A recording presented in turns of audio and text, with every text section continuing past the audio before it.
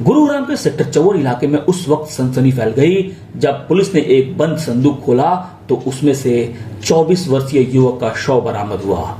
देखने से शव 3 से 4 दिन पुराना जान पड़ता था। बरामद शव पर धारदार हथियार के घाव और जलने के निशान मिले हैं। शव की पहचान 24 वर्षीय अमन के रूप में हुई है, जो बिहार के सहरसा का रहने वाला था। गुरुग्राम में अपनी पत्नी के साथ रहता था। पुलिस ने जब मामले की जांच आगे बढ़ाई तो चौंकाने वाली सच्चाई सामने आई है।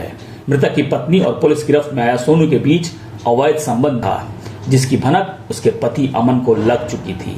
इसी बात को लेकर पति पत्नी में विवाद भी होता रहता था। आखिरकार विवाद इतना बढ़ा कि आरोपी सोनू अपने सहयोगी मोहम्मद सिराज के साथ मिलकर एक साजिश के तहत उसकी हत्या कर दी। गुरुग्राम पुलिस प्रवक्ता संदीप कुमार ने मामले की जानकारी देते हुए बताया कि अभी इस बात की जांच की जा रही है कि इस हत्या में उसकी पत्नी भी शामिल थी। आखिर हत्यारों ने संदूक में शव को छुपाकर 100 ठिकाने लगाने के फिराक में थे। पुलिस अभी सभी बिंदुओं पर जांच कर रही है। देखिए, इस मामले में गुरुग्राम पुलिस को एक इन्फॉर्मेशन मिली थी कि सेक्टर 53 पुलिस स्टेशन के एरिया में एक झुग्गी में किसी व्यक्ति की हत्या हुई है। पुलिस की टीम वहां गई तो वहां पाया गया कि एक व्यक्ति का शव एक संदूक में बंद था। तो गुरुग्राम पुलिस की सीन ऑफ क्राइम की टीमें और एफएसएल की जो टीमें थी उनके द्वारा स्पॉट का विजिट किया गया। जो भी स्पॉट से साइंटिफिक एविडेंसेस थे वो पुलिस के द्वारा कलेक्ट किए गए। लेटर ऑन इसमें जो मरने वाला व्यक्ति था, इसकी पहचान अमन के रूप में हुई थी। ये 24 वर्षीय व्यक्ति था और ये सहरसा बिहार का ही परमानेंटली रहने वाला था। यहाँ ये झुग्गियों में अपनी पत्नी सुनीता के साथ में रहता था। मृतक के भाई के द्वारा रिटर्न कंप्लेंट पुलिस को फाइल की गई, जिसके ऊपर पुलिस के द्वारा अनजान लोगों के खिलाफ हत्या की धाराओं में एफआईआर रजिस्टर की गई थी। इन्वेस्टिगेशन के दौरान पुलिस के द्वारा इसमें 2 आरोपियों को आइडेंटिफाई किया गया। उनको पुलिस के द्वारा गिरफ्तार कर लिया गया है। ये दोनों ही जो एक्यूज है, पहला जो एक्यूज है उसका नाम सोनू है, ये भी बिहार का रहने वाला है। दूसरा जो एक्यूज है उसकी पहचान मोहम्मद सिराज के रूप में हुई है, ये भी बिहार का ही रहने वाला है।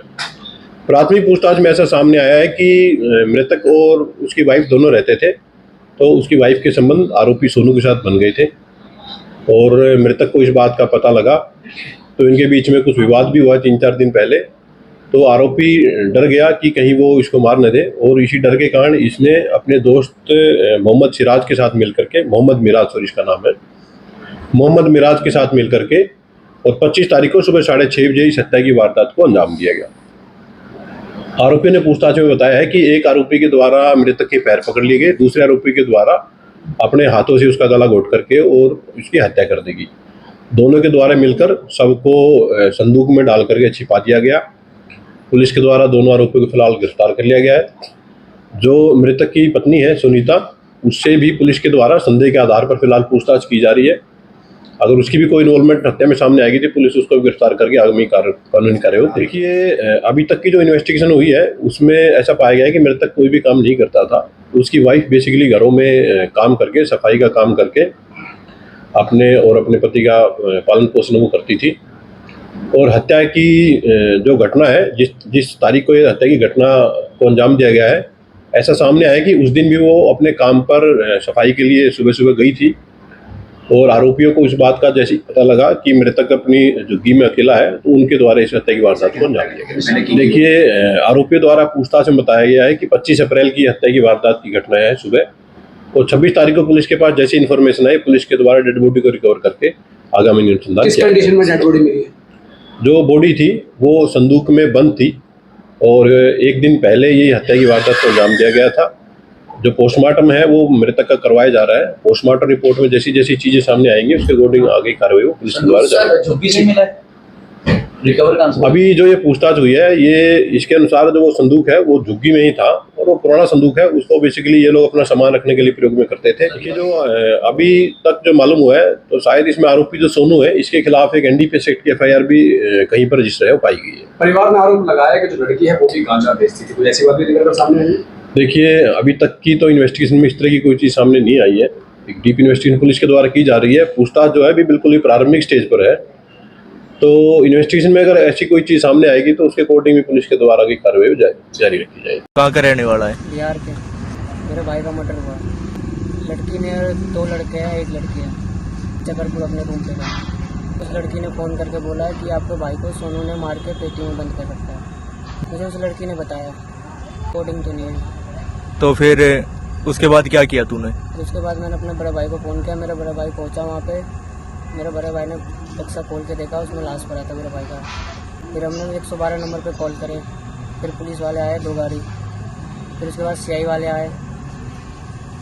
ये सेक्टर 54 में मेट्रो स्टेशन के पास। वो कौन सी मंदिर है उससे? नहीं,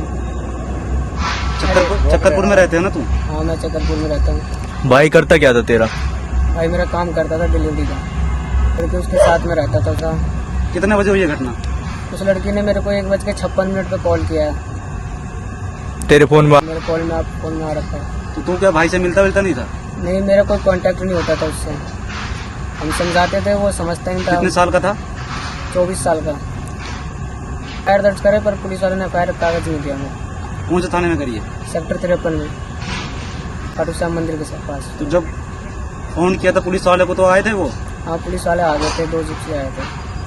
दो जिप्सी आई थी? एम्बुलेंस भी आया था, एक आया था। तो एम्बुलेंस कहाँ लेके गई वो बॉडी को? उन्होंने बताया नहीं हमें कि यहाँ ले जा रहे हैं, यहाँ ले जा रहे हैं। हमें कुछ नहीं बताया, बस इतना बताया कि पोस्टमार्टम के लिए ले जा रहे हैं। भाई का और नाम क्या है? लड़का कौन था वो? सोनू और मिराज और सुनीता। मिराज कौन है ये? उसी का दोस्त है, सोनू का। तो तो- कैसे, जैसे तुम्हारे भाई की जो जिसके साथ रह रहा था वो, उसके साथ क्या कोई संबंध था उसका लड़के के साथ? हाँ, वो लड़की उसके साथ शादी करना चाह रही थी। मेरे को बताया था, मेरे भाई ने उसको छोड़ना नहीं चाह रहा था। पर